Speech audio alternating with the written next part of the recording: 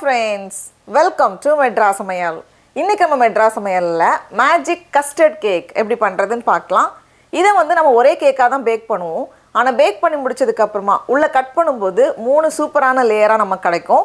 மேலே வந்து ரொம்ப சாஃப்ட்டான ஒரு ஸ்பாஞ்ச் கேக், நடுவுல வந்து இன்னும் ரொம்ப சாஃப்ட்டான ஒரு கஸ்டர்ட், அதுக்கு அப்புறமா கீழ வந்து இன்னும் கொஞ்சம் திக்கான ஒரு கஸ்டர்ட் லேயரோட மூணு லேயரா ரொம்ப சூப்பரா இருக்கும். இப்போ இந்த கேக் பண்றதுக்கு நம்ம முட்டையை ரெடி பண்ணிடலாம். அதுக்கு நான் இன்னைக்கு வந்து 4 முட்டை எடுத்துர்க்கேன். அதோட வெள்ளை கருவும் மஞ்சள் கருவும் நம்ம வந்து தனித்தனியா பிரிச்சிரணும். முட்டையை நம்ம வந்து ஃப்ரிட்ஜ்ல வச்சணும் அப்படினா கொஞ்சம் முன்னாடி வெளிய எடுத்து வச்சுக்கோங்க. இந்த மாதிரி ஒரு முட்டையா பிரிச்சு வச்சுக்கோங்க. இப்போ இந்த வெள்ளை கருவை வந்து நம்ம நல்லா பீட் பண்ணனும். நான் வந்து இன்னைக்கு எலக்ட்ரிக் பீட்டர் எடுத்துர்க்கேன். நம்ம வந்து அப்படி இல்லனா வயர் விஸ்க் வச்சு நம்ம பீட் பண்ணலாம். ஆனா வயர் விஸ்க் வச்சு நம்ம பீட் பண்ணும்போது ரொம்ப டைம் ஆகும். ஒரு 30 நிமிஷம் மினிமம் ஆகும். அதனால நான் வந்து எலக்ட்ரிக் பீட்டர் வச்சு நம்ம பீட் பண்ணும்போது கொஞ்சம் கூட ஈஸியா இருக்கும். பாருங்க, இது வந்து நல்ல ஸ்டிஃபா வந்திருக்கு. நம்ம எடுக்கும்போது அப்படியே ஸ்ட்ராங்கா நிக்குது. இது வந்து கரெக்ட்டா இருக்கும். இப்போ இத வந்து அப்படியே ஓரமா வச்சிட்டு நம்ம பிரிச்சு வச்சிருக்கோம்ல மஞ்சள் கரு, அதோட வந்து சர்க்கரை சேர்த்தறலாம். நான் இன்னைக்கு வந்து 1 கப் சர்க்கரை எடுத்துர்க்கேன். இது வந்து 200 கிராம். இத வந்து நல்லா மறுபடியும் நம்ம வந்து பீட் பண்ணி வச்சிரலாம். அது வந்து கொஞ்சம் அந்த டார்க் yellowல இருந்து கொஞ்சம் லைட்டான ஒரு yellow கலர் வரது வரைக்கும் நம்ம பீட் பண்ணனும். கிட்டத்தட்ட 2 நிமிஷம் போல தான் ஆகும். இந்த மாதிரி நல்லா ரெடி பண்ணதுக்கு அப்புறமா இதோட வந்து 1/2 கப் வெண்ணெய், உருக்குன வெண்ணெய் எடுத்துர்க்கேன். இது வந்து 100 கிராம் வெண்ணெய். அதையும் உள்ள சேர்த்துட்டு மறுபடியும் நல்லா கலந்து வச்சிரலாம். இப்போ பார்த்தோம் அப்படினா எல்லாமே சேர்ந்து நல்லா கலந்து வந்திருக்கு. இப்போ இதோட வந்து வாசனைக்காக 1 டேபிள்ஸ்பூன் அளவுக்கு வெண்ணிலா எக்ஸ்ட்ராக்ட் சேர்த்துக்கோங்க. கூடவே 1 சிட்டிகை உப்பு சேர்த்துட்டு மறுபடியும் எல்லாத்தையும் ஒரு வாட்டி நம்ம கலந்து வச்சிரலாம். இந்த மாதிரி கலந்ததுக்கு அப்புறமா இதுல வந்து நம்ம மாவு சேர்க்க போறோம். நான் இன்னைக்கு வந்து 1 கப் மைதா மாவு எடுத்துர்க்கேன். இது வந்து 125 கிராம். சேர்த்துட்டு ஒரு வயர் விஸ்க் இல்லனா வந்து ஒரு ஃபோர்க் வச்சு நல்லா நம்ம வந்து எல்லாத்தையும் சேர்த்து கலந்து வைக்கணும். ஃபர்ஸ்ட் அழகா எல்லாமே சேர்ந்து வரும். பாருங்க இந்த மாதிரி. இப்போ இதோட வந்து நம்ம பால் சேர்க்கணும். நான் இன்னைக்கு வந்து 2 கப் பால் எடுத்துர்க்கேன். இது வந்து கொஞ்சம் வெதுவெதுப்பா இருக்கணும். குழந்தைங்க குடிக்கிற சூட்ல தான் இருக்கணும். லைட்டா வெதுவெதுப்பா இருந்தா போதும். அதிகமான சூட்ல இருக்க கூடாது. இத வந்து கொஞ்சம் கொஞ்சமா சேர்த்துட்டு நம்ம கலந்து விட்டுட்டே இருக்கணும். 2 கப் பால், இது வந்து 500 ml, 1/2 லிட்டர் பால். இது வந்து காய்ச்சின பால் தான். கொஞ்சம் வெதுவெதுப்பா எடுத்துர்க்கேன். ரொம்ப சூடா இருக்க கூடாது.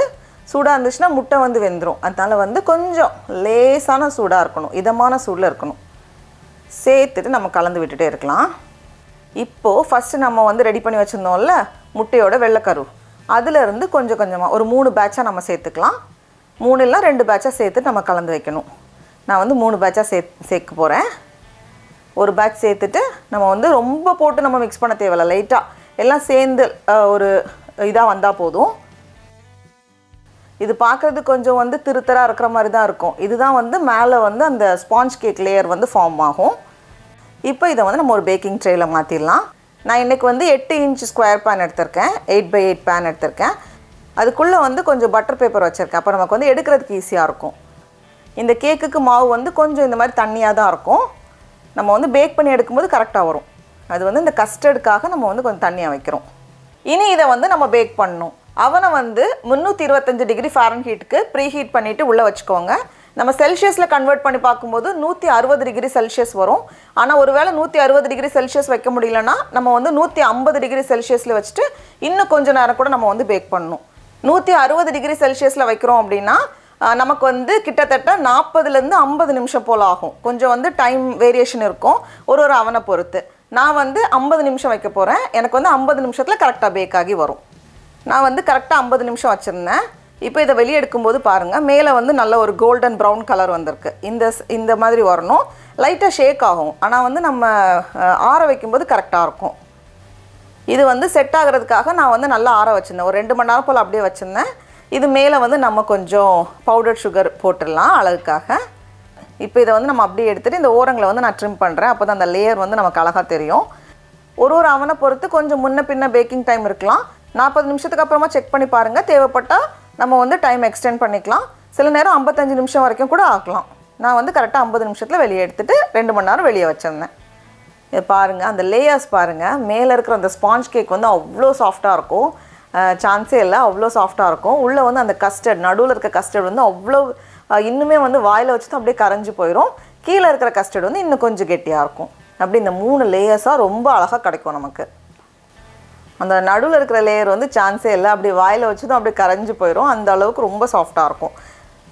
இப்போ இதை வந்து நம்ம அப்படியே எடுத்து சாப்பிட்றப்போ அவ்வளோ சூப்பராக இருக்கும். டடா, நம்மளோட சூப்பரான 3 லேயர் மேஜிக் கஸ்டர்ட் கேக் ரெடியாக இருக்குது. இப்போ நம்ம டேஸ்ட் பண்ணி பார்க்கலாமா? எப்படி சாஃப்டாக இருக்குது பாருங்கள். ரொம்ப ரொம்ப நல்லாயிருக்கு. நீங்களும் கண்டிப்பாக இந்த ரெசிபியை வீட்டில் செஞ்சு பாருங்கள். உங்களுக்கு இந்த வீடியோ பிடிச்சிருந்துச்சுன்னா மெட்ராஸ் சமையலுக்கு சப்ஸ்கிரைப் பண்ணுங்கள். நாவின் சுவை எறும்புகள் மலரட்டும்.